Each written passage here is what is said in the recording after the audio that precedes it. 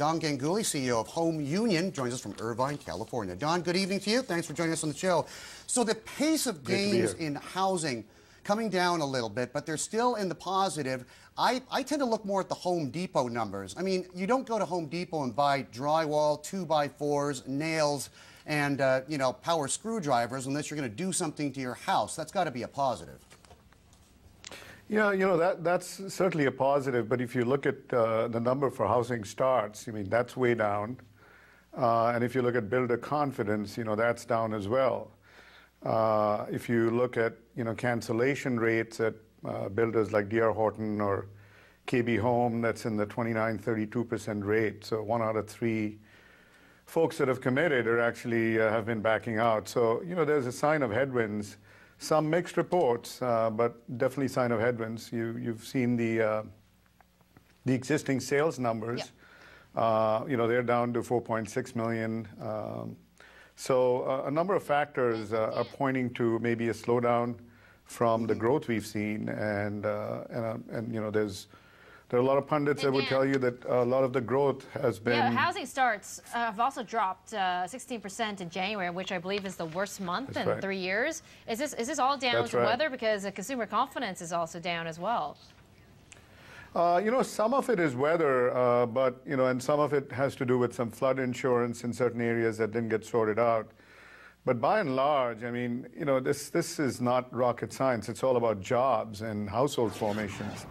If you look at first-time buyers, they're down to like 26% from a traditional level of 40%. So that's a real engine of home purchases, and that's down because household formations are down.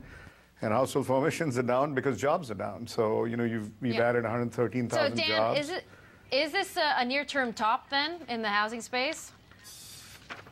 I think the housing is going to go to more of a new normal, and you're going to see like a 4%, the consensus is, you're going to see like a 4% year-over-year normal increase in the housing.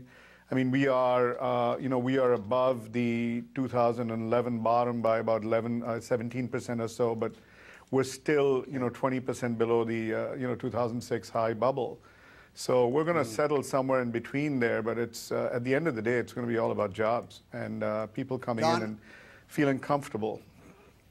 Don, how much of a stress test are mortgage rates giving consumers right now? What are we seeing in terms of mortgage creep? The last quarter of last year, we saw a marked increase in adjustable rate resets. I mean, what is it right now? Is our home still affordable in terms of any affordability indexes? How are we looking?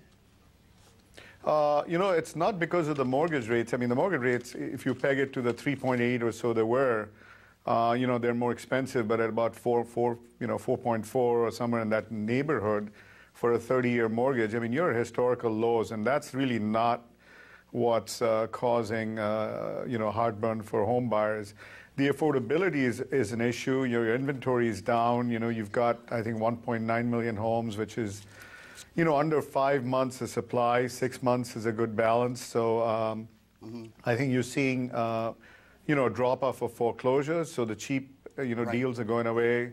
So it's a little bit tighter. So I think, if you look at the affordability index, which is, the home price to income ratios, I mean, those are, up in a lot of markets, like San Francisco and others, where it's much more difficult to afford those homes.